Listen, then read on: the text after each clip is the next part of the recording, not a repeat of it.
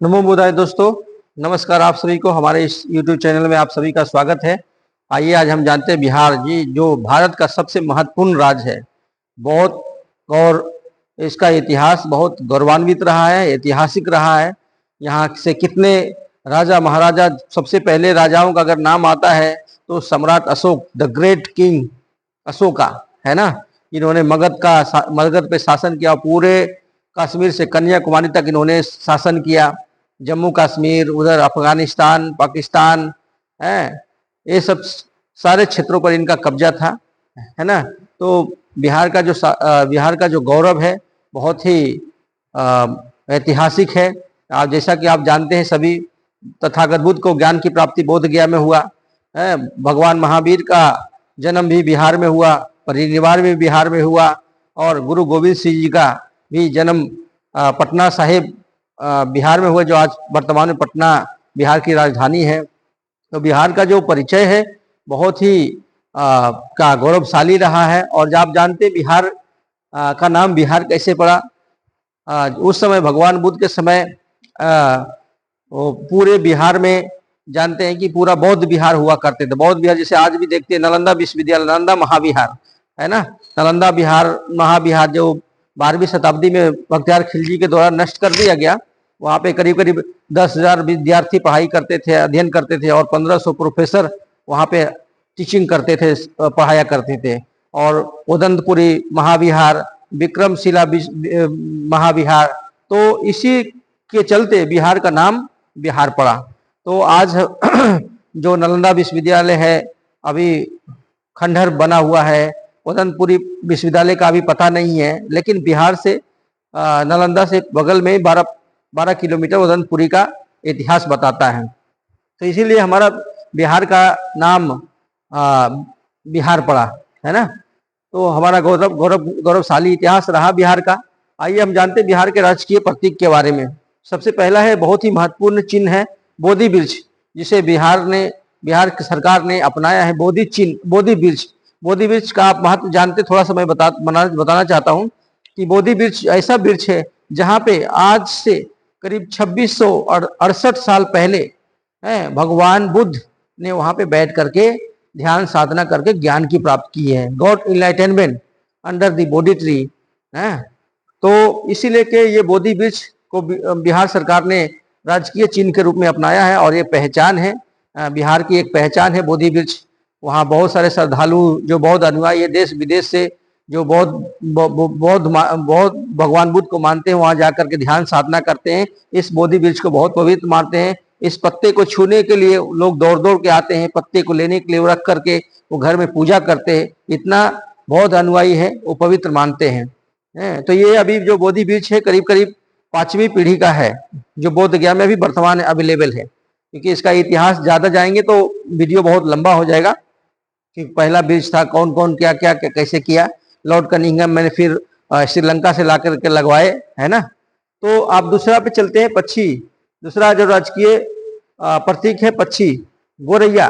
गोरैया आप देखते होंगे घरों में छोटा छोटा पक्षी आता है, उछलते मतलब यहाँ से वहाँ फुदकते रहता है, उसको कहते हैं गोरैया। तो इसका जो वैज्ञानिक नाम है पेसर डोमेस्टिक्स है। अब तीसरा है पुष्प। पुष्प क्या है, फूल कौन सा है, राजकीय फूल गेंदा।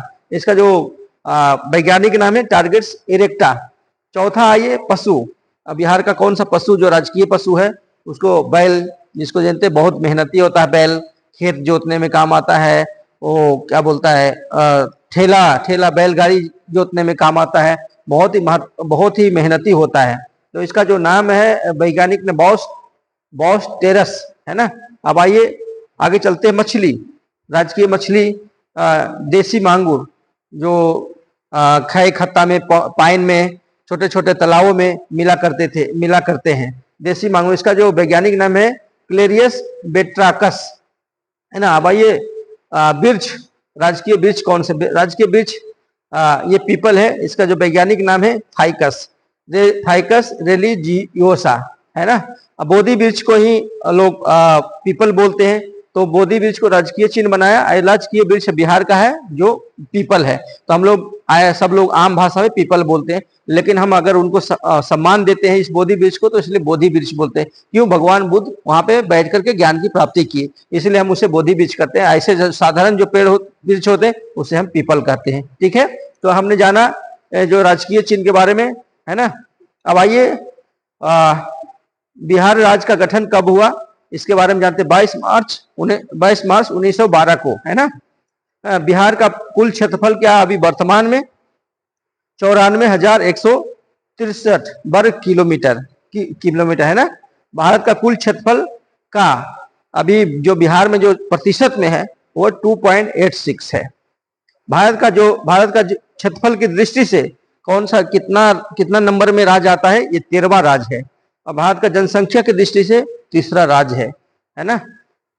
और इसका जो औसत वार्षिक वर्षा होता है 125 सेंटीमीटर औसत वार्षिक वर्षा होता है जो एक वर्ष में आकलन किया जाता है। समुद्र तल से औसत ऊंचाई 173 फीट या 53 मीटर। ज्यामितीय आकृति कैसा है बिहार का? आयताकार है। तो ये हमने जाना बिहार राज्य के बारे में जो परिचय। और आप जानते हैं, आप आइए हम आपको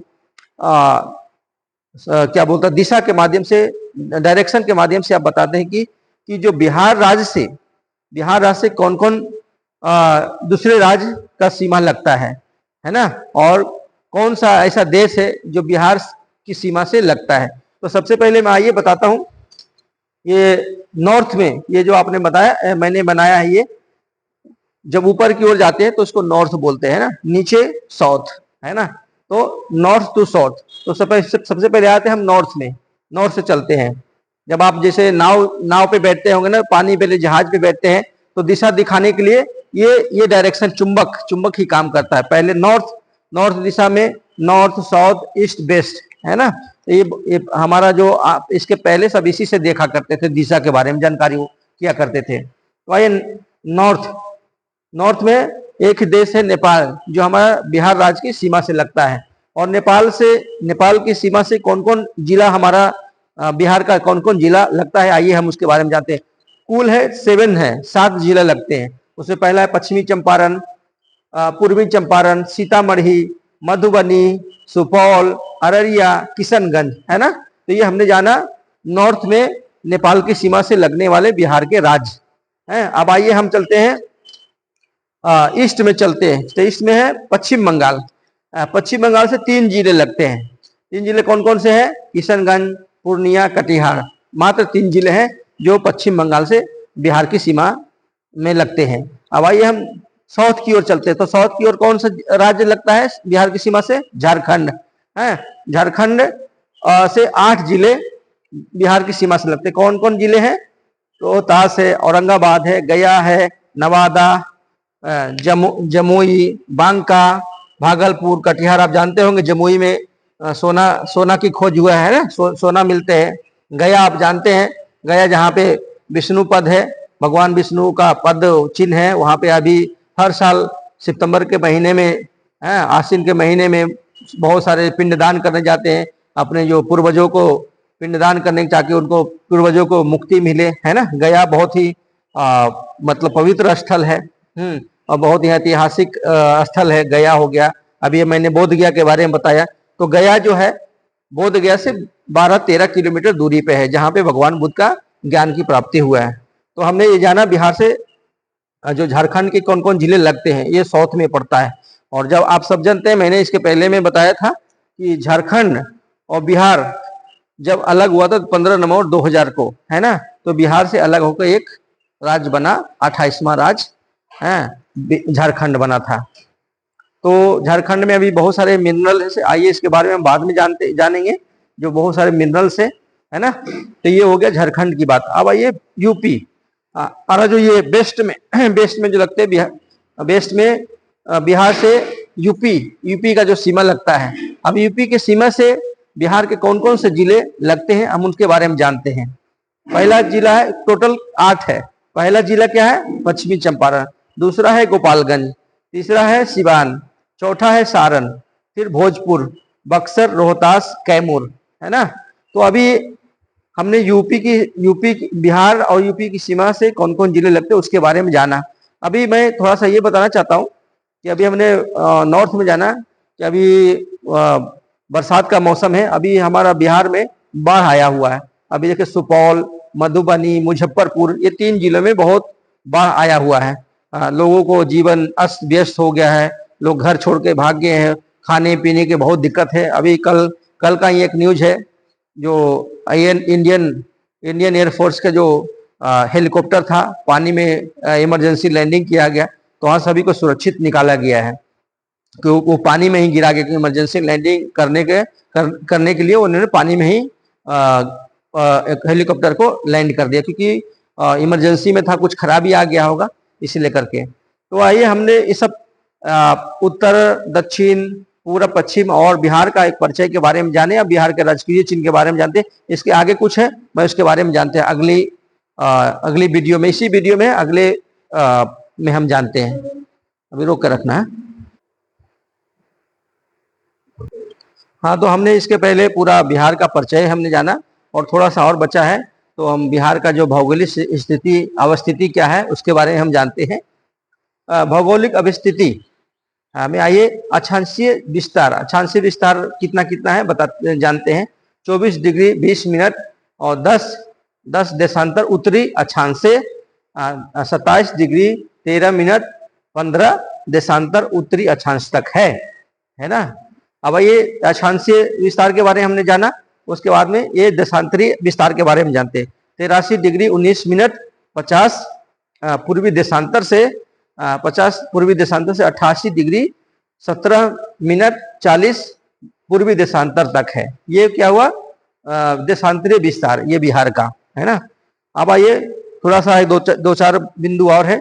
बिहार सबसे उत्तरी जिला है ना, बिहार का सबसे उत्तरी जिला कौन सा है, पश्चिमी चंपारण। आप जब मैप में देखेंगे, नक्शा में देखेंगे, तो सबसे उत्तरी में है, जो नेपाल के सीमा से लगता है, वो क्या है, पश्चिमी चंपारण है। अब दक्षिणी जिला गया, जो गया है, गया, नालंदा, नवादा, ये सब जो जहानाबाद है, औरंगाबाद, ये सब क्या है, ये दक्षिणी जिला में आता है। तो सबसे दक्षिणी जिला कौन सा है, गया जो अभी हमने बताया बहुत ही महत्वपूर्ण राज्य है, बहुत ही इंपॉर्टेंट राज्य है, बहुत ऐतिहासिक जिला है बिहार का। और 5वां है, अब ये पश्चिमी जो जिला है वो कैमूर है। सबसे पश्चिमी जिला जो कैमूर से लगता है, वो यूपी की सीमा से लगता है ना। अब ये जब सबसे पूर्वी जो किशनगंज है, यहाँ किशनगंज में चाय की खेती भी होता है, और यहाँ सबसे ज्यादा वर्षा, बिहार में सबसे ज्यादा वर्षा कहीं होता है तो किशनगंज में होता है ना। गया के बारे में जानते हैं, गया सबसे गर्म जिला भी है, सबसे ठंडा जिला भी है ना। अब क्षेत्रफल की दृष्टि से सबसे